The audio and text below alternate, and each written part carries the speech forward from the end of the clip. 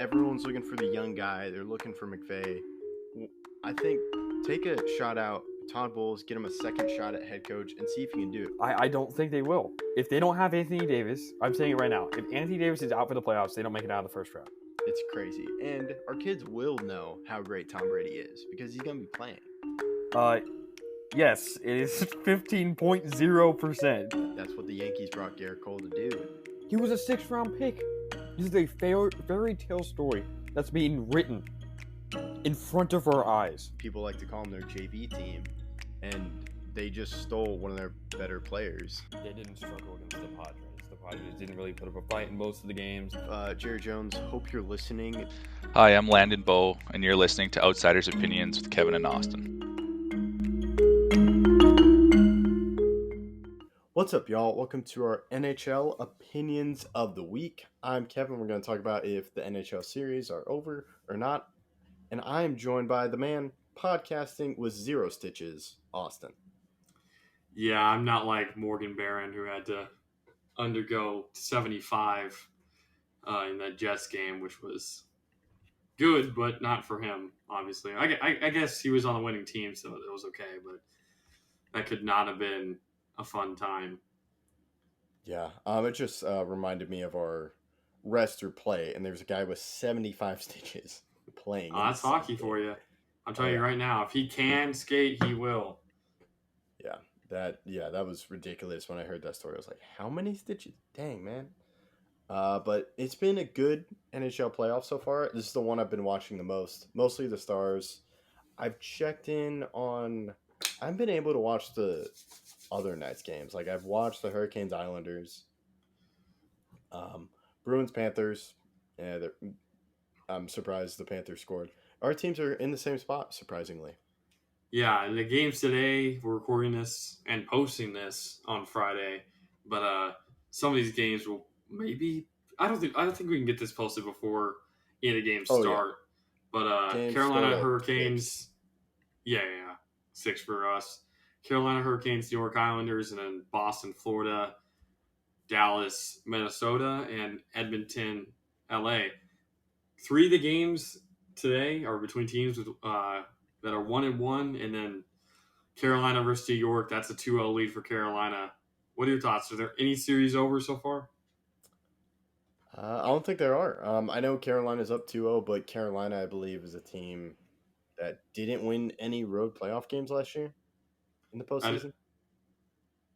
I know in the first round they didn't, and injuries are starting to hamper them down.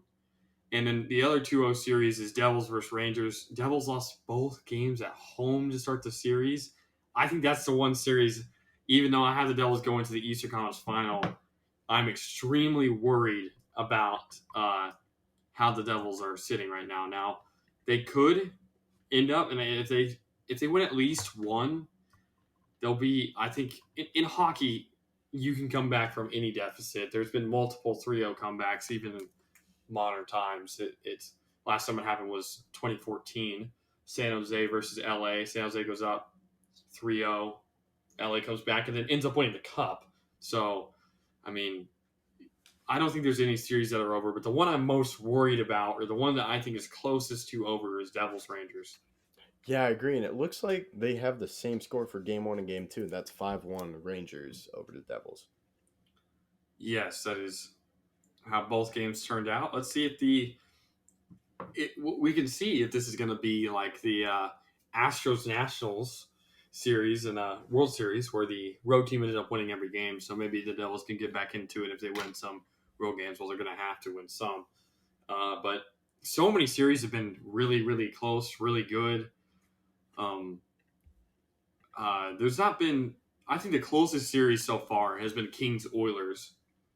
The Kings won Game 1 in overtime 4-3. The second game, Oilers won 4-2, but one of the goals at the very end was an empty netter. So it's basically been a 1-goal difference in both games, and that is really cool to see.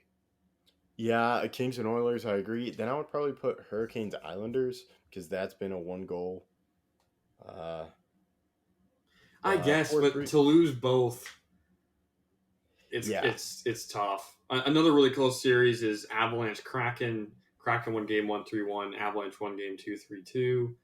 I mean, all these series being 1-1. This is why I enjoy watching hockey playoffs so much. It's so intense. You never know who's going to win each game, and it's very, very important. Every game is. So, what are your thoughts about Maple Leafs Lightning? Lightning won game 1 7-3. Maple Leafs won the second game 7-2. Is it going to be blown every game, or are we going to start seeing some closer contests?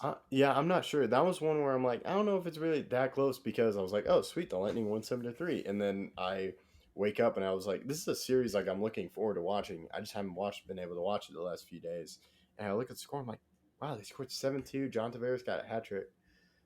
Yeah, I don't know. Maybe it's just gonna be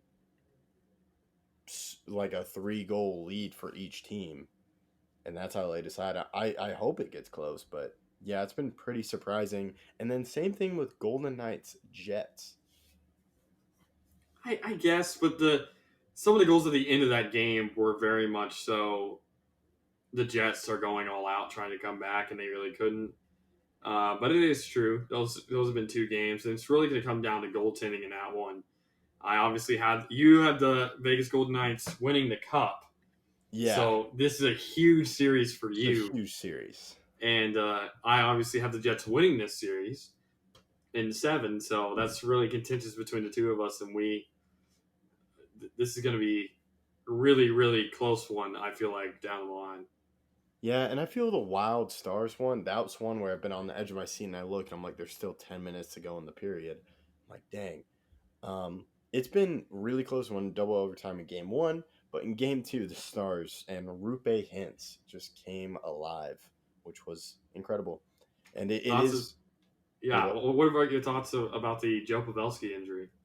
I think that's a huge injury. I was watching and they're like, who's your best player? I'm like, well, Robertson, then Rupe, then Pavelski. And Pavelski I got put injured. Pavelski above Rupe.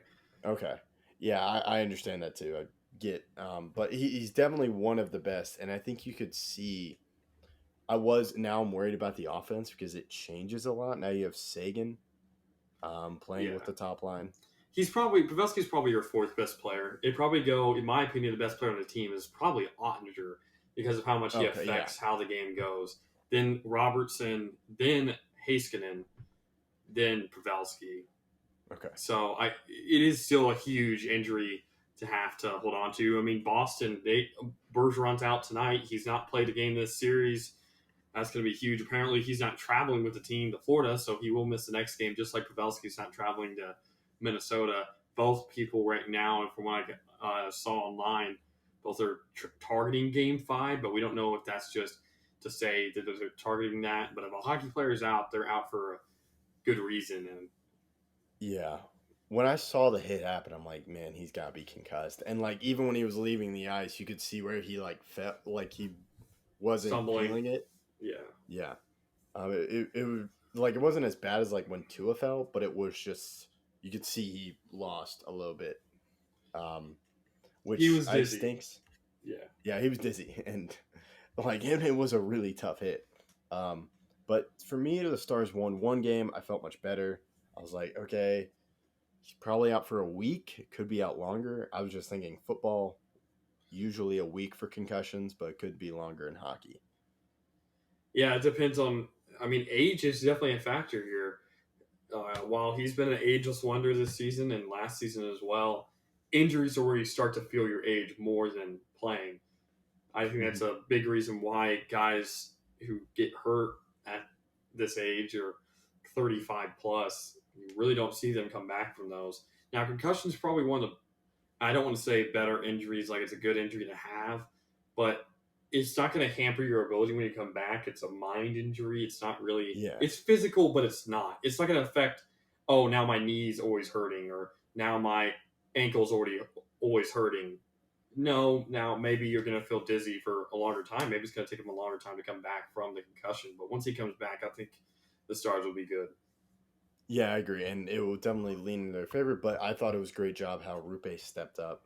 And Andrew continued to play well. And I didn't want to talk about the Wild, I think, did make an interesting pick. I'm curious what you thought about before the game. I was thinking about it. And I was like, okay, Gustafsson's probably going to play in net because he was great in game 1. And they're like, Marc-Andre Fleury's playing. I'm like, okay. So thoughts on that goalie decision? Gustafson is a good goalie, but I feel like they're scared of his experience and they want to get Fleury in there. That won't be the last game that Fleury starts these playoffs. I guarantee you that they're going to keep on switching until they're comfortable with Gustafson in that spot. And the coach blamed everybody. He didn't say it was on Fleury. I guarantee you Fleury will play again. It is a little bit weird seeing a 1A, 1B scenario, especially when one played so well and the other one really didn't. But I think we'll continue to see it. Yeah, I thought it was going to be they'll do since Gustafsson played so well, he'll play again in game two, then it will go to Flurry. Because I understand they're not going to do like with the Stars, you know who's going to be goalie for the whole ride. But and I do agree, like I get Flurry. I was just surprised with I was surprised the coach didn't ride with the hot hand. And of course, it's hindsight's 2020 now, where the Stars scored 7 goals, but it was just something at the beginning. I was like, okay, that's an interesting decision. We'll see how it plays out. Yeah, and he's definitely a player that I feel like can rebound from this. Uh, we'll have to see though, because it's definitely something that we'll have to keep track of because they have to at least split in Minnesota, and are we going to see Gustafson game 3 and then Fleury game 4? And how does it affect everything? Yeah, I think that's true. So no series are over. One is close, Rangers, Devils. I think almost all. Well, Avalanche might go to Game 6. Could go Game 7. I have Seattle winning the series and splitting. Splitting is what you need to do, and for all the teams that did split, they did their job. Yeah, I think that's a huge thing, and I'm not too worried too much. Except as we talked about Rangers, Devils, Panthers. I'm not worried about the Bruins. Bruins are probably going to win in 6 or 5. Yeah, especially if we get Bergeron back game 5. Let's say we win one in Florida, lose one in Florida. If we get Bergeron back game 5, I think that's when we take over the series because our team is so much better defensively when we have the best two-way player in the sport.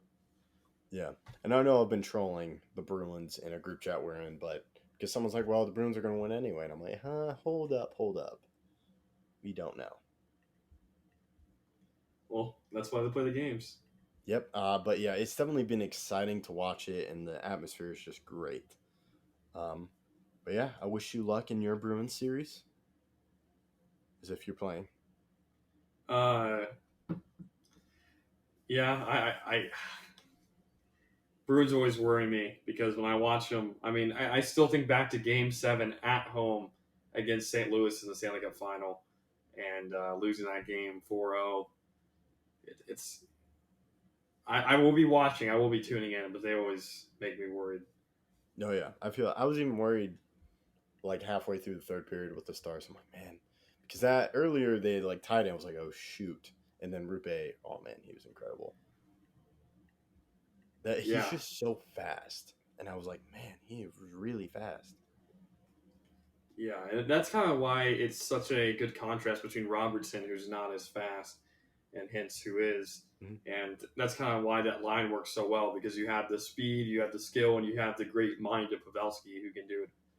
Kind Yeah, of, it's truly yeah, great. You have speed, skill, and then age. It's like putting experience. an I wouldn't just say experience. age. Yeah, experience. Putting an older, yeah, it's like when you get an older guy and he's playing really well, but he doesn't have a skill set. Well, you have that all in one line, so it's great to see. It just stinks that we won't be able to see it for a little bit.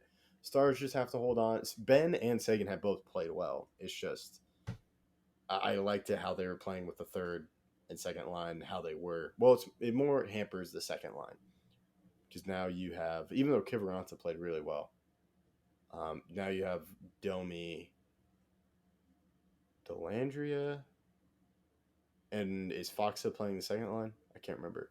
I don't think he would be. I think he'd be centering the third. Or I thought third line Ben,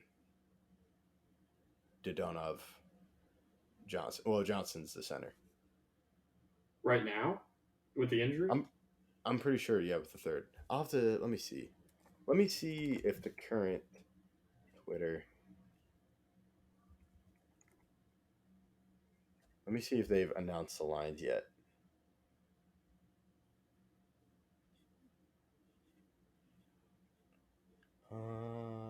is it? Jamie Ben's on the second line right now. Oh, okay. So I guess they did move him. That's my bad. Yeah. His first line is Robertson, Hintz, Sagan. Second line, Ben, Johnston, Dodonov. Third line, Marchment, Domi, Delandria. Fourth line, Kiviranta, Foxa, Glendening. Oh, okay. So I had the combinations right, but just the different line numbers. I didn't. I was curious Yeah. where the Domi line went because that's where Sagan was playing, and they just haven't been able to play with each other. Domi, Sagan, and Delandria. Yeah. So that's something we'll have to note a little bit. That's the one I've been paying attention to the most. Kings have just been playing really well, and I think we can get hopefully Lightning Maple Leafs is close. We'll see though.